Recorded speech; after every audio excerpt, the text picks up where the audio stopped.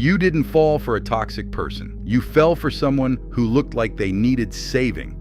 And that's exactly how they planned it. And the worst part is you don't even realize it's happening. At first, it feels like empathy. You notice the way they talk about their past, how everyone hurt them, how nothing ever worked out, how they've been misunderstood, abandoned, treated unfairly over and over again.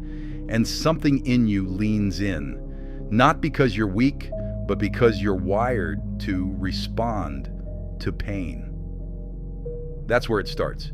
You don't fall for manipulation. You respond to suffering. But here's the problem. Not all suffering is honest, and not every victim is actually powerless. Some people don't just experience victimhood. They build their entire identity around it. And when you step into their life, you're not entering a relationship. You're stepping into a role, the rescuer. At first, it feels meaningful. You listen. You support. You try to understand them in ways no one else ever did. And they reward you for it. They open up just enough. They make you feel special, chosen, like you're the one person who finally gets them. And that feeling is addictive because it gives you a sense of purpose. But slowly, things start to shift. You notice that every conflict somehow turns into their pain. You bring up something that hurt you, and suddenly they're the one who's overwhelmed. They don't argue. They collapse emotionally. You try to set a boundary, and they feel attacked. You ask for clarity, and they become distant, or fragile, or silent. They redirect the conversation back to their pain until yours disappears. And without realizing it, you start adjusting. You soften your words. You hold things in. You start thinking, maybe I'm being too harsh. Maybe I should be more patient. They've been through a lot. And just like that, you begin to disappear. Not all at once, but piece by piece. This is where it shifts, because what looks like sensitivity becomes control. The victim role is powerful, not because it demands authority, but because it avoids responsibility. It creates a dynamic where you're always the one who has to understand, to forgive, to adapt, and they never have to change. And here's what you don't notice at first. You're not just responding to them. You're responding to something inside yourself. There's a part of you that feels needed when someone is broken, a part that feels valuable when you're the one holding things together. Maybe you've always been the one people leaned on, the one who stayed calm, the one who fixed things. So when someone presents themselves as helpless, you step in automatically, not because you choose to, but because it feels familiar. And familiar feels safe. Even when it's draining you, you start to measure your worth by how much you can handle, how much you can tolerate, how much you can give without breaking. And the more you give, the more they take. But not in an obvious way, it's subtle. They don't demand your energy. They pull it out of you, through guilt, through silence, through the feeling that if you don't show up, they'll fall apart. They make your needs feel like pressure, like asking for balance is somehow hurting them. So you stay, even when you're exhausted, even when something feels off, because leaving would feel like abandoning someone who's already been hurt. And that thought is heavier than your own discomfort. This is how the cycle traps you. You confuse compassion with obligation. You think caring means staying. You think understanding means accepting everything. But here's the truth that most people avoid. Some people don't want to be saved. They want to be supported in staying exactly the same. Because as long as they're the victim, they never have to face themselves. They never have to question their patterns. They never have to take responsibility for the damage they cause. And when you stay in that dynamic, you become part of it, not intentionally, but functionally. You don't help them, you maintain them. And this is where it turns on you, because the more you give, the less you receive. The more you understand, the less you're understood. The more patient you become, the more your boundaries dissolve. Until one day, you realize something uncomfortable. You're not helping them anymore. You're losing yourself. And the scariest part is, they don't even see it. To them, everything is still about their pain, their struggle, their story.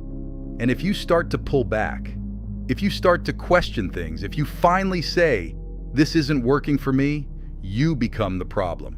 Suddenly, you're the one who changed, the one who doesn't care anymore, the one who hurt them.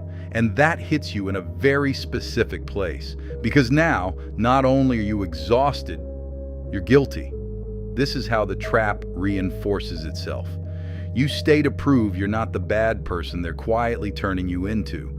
You stay to fix the version of yourself they've created in their story. But no matter what you do, it never resets, because the role was never meant to end. That's the part you don't see in the beginning. This dynamic doesn't move forward. It loops. Same conversations, same patterns, same emotional cycles, different day. And every time you think it's getting better, something pulls it back. Because real change would require them to step out of the victim role.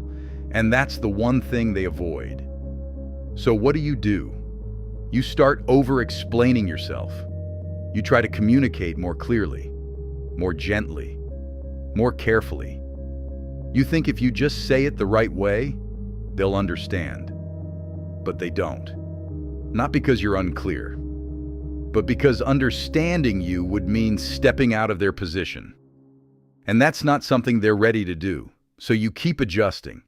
And slowly, you stop asking for what you need.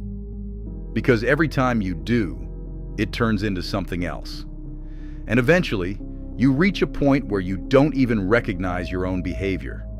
You're quieter, more cautious, more drained. You second-guess your reactions.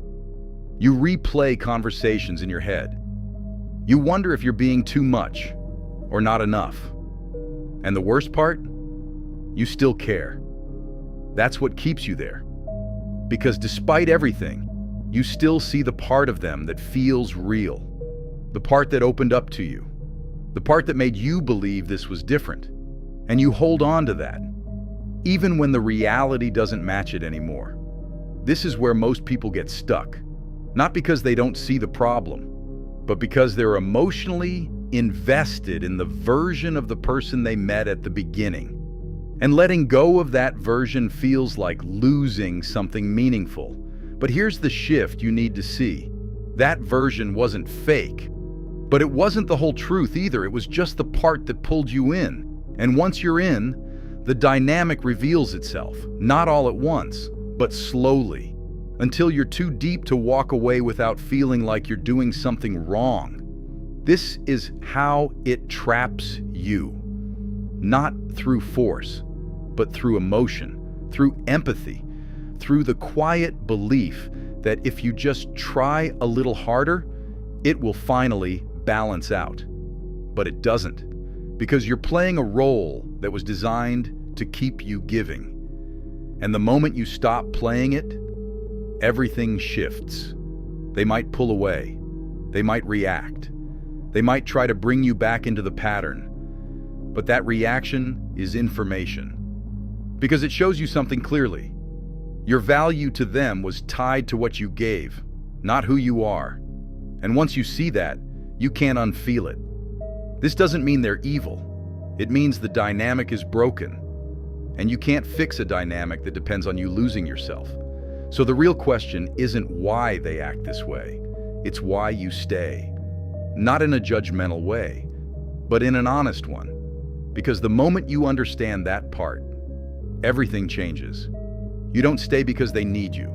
You stay because it feels like purpose. You stop chasing clarity from them. You stop waiting for things to become fair. You stop explaining yourself to someone who benefits from misunderstanding you. And instead you turn inward. You start noticing the moment you feel responsible for someone else's emotions. The moment you start shrinking to keep the peace. the moment you feel guilty for having needs. Those are the signals that you're stepping back into the same pattern. And once you recognize it, you have a choice. You can stay in the role, or you can step out of it. But stepping out doesn't feel good at first. It feels uncomfortable, cold, even wrong, because you're breaking a pattern that once felt like purpose. But that discomfort isn't a sign you're doing something bad. It's a sign you're doing something different. And different is what breaks the cycle. Because the truth is, you don't keep attracting people who play the victim by accident. You're not stuck. You're attached to the role. And once you stop responding the same way, the entire dynamic loses its power. Not because they change, but because you do. And if you don't see it now, you'll meet the same pattern again. Different face, same story, same ending.